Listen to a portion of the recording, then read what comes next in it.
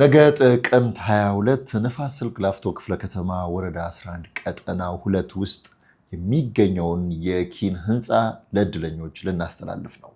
ይህንን መራግብር በቀጥታ ስርጭት በፌስቡክ አማካኝነት ካላችሁበት ቦታ ሆናችሁ እንድትከታተሉ ከጠዋቱ 3 ሰዓት ተኩል እስከ 4 ሰዓት ባለው ጊዜ ውስጥ ከኪጋ ቀጠሮ እንድትይዙ እንላለን።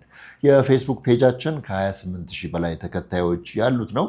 በዚህ ፌስቡክ ፔጅ አማካኝነት ባላችሁበት ቦታ ሆናችሁ ቦታው ላይ ታደማችሁ ያክል እስኪመስላችሁ ድረስ ሙሉ መርሃ ግብሩን ከጅማሬው እስከ ፍጻሜው እንድትከታተሉና ራሳችሁን በዛ ቦታ እያሰባችሁ እየሳላችሁ ተስፋችሁን እንድታለመልሙ ለመላው የኪ ሃውሲንግ ፋይናንስ ሶሉሽን ተመዝጋቢዎች እንዲሁም ላልተመዘገባችሁት ጭምር ጥሪያችን ይድረሳችሁ።